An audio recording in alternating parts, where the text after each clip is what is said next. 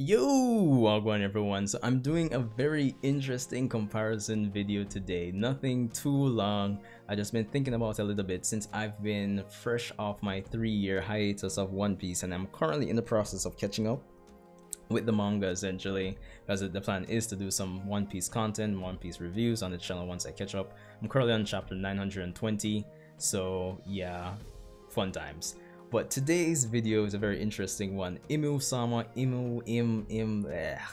know, the mysterious figure that is really and truly in control of the world. He sits on the empty throne versus Kaguya.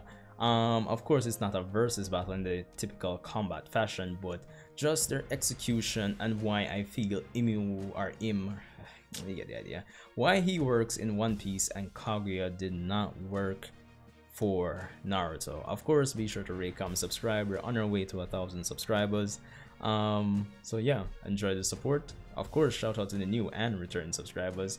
But without further ado, let's get into it. So let's start with Naruto. Kaguya. Like, honestly, I don't think I really need to spend a lot of time speaking about Kaguya in terms of why she didn't work. She was mentioned in about what, chapter 645 or 646 during the course of the war, when we had Madara going up against Hashirama, with the backdrop being Obito basically sprouting the god tree to launch the infinite Tsukuyomi. She was mentioned then, and then she was pushed into the spotlight in chapter what, 671 or 672 thereabout. Of course, at the cost of taking Madara out of the story, a character that's been built up for so long throughout this course of the story and should have been the true final villain. In itself, of course, in a nutshell, she doesn't work because there's no emotional investment into her at that point at the story, for the story, when we're in the final arc, and the manga's ending in what, less than 30 weeks at that point. So yeah, and she's only around for 10-11 chapters, give or take. So it's like shit, and we just lost Madara because of we switched Madara for her, so it just doesn't work in the grand scheme of things. No, of course, she does tie into the whole Boruto era and basically pushing her clan for the Boruto era, so it kind of does seem like she was just pushed in there for the sake of, you know, a potential sequel, which explains why she doesn't work.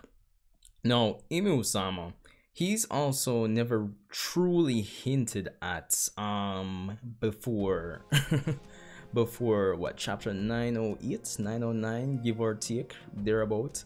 But I feel his introduction and his execution works so much better in the story of One Piece compared to Naruto, and here's why.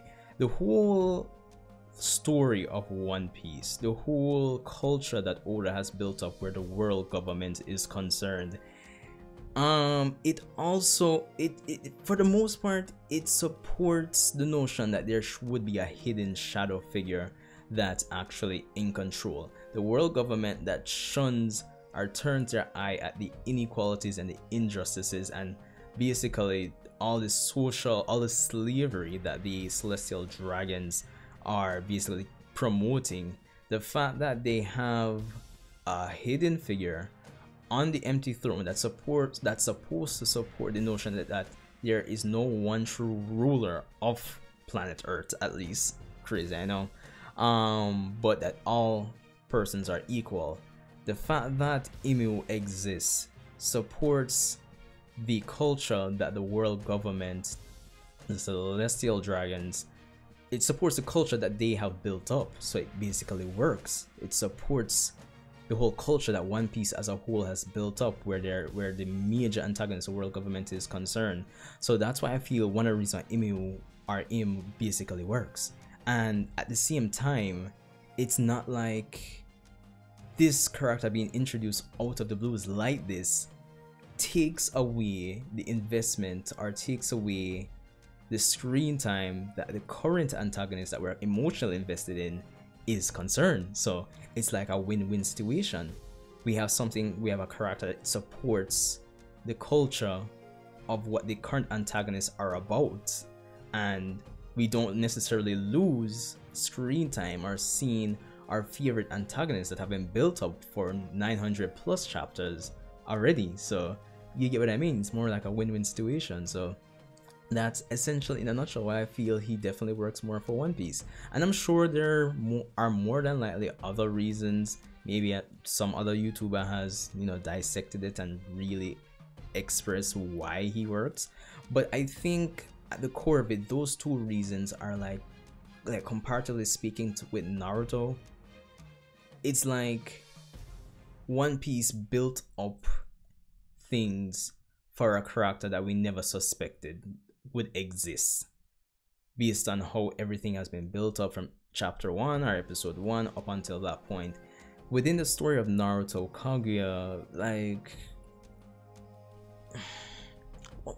do I even need to spell it out? There's nothing that's really built up throughout the whole culture of the ninja world that supports Kaguya's existence, in a sense, if you get what I'm saying.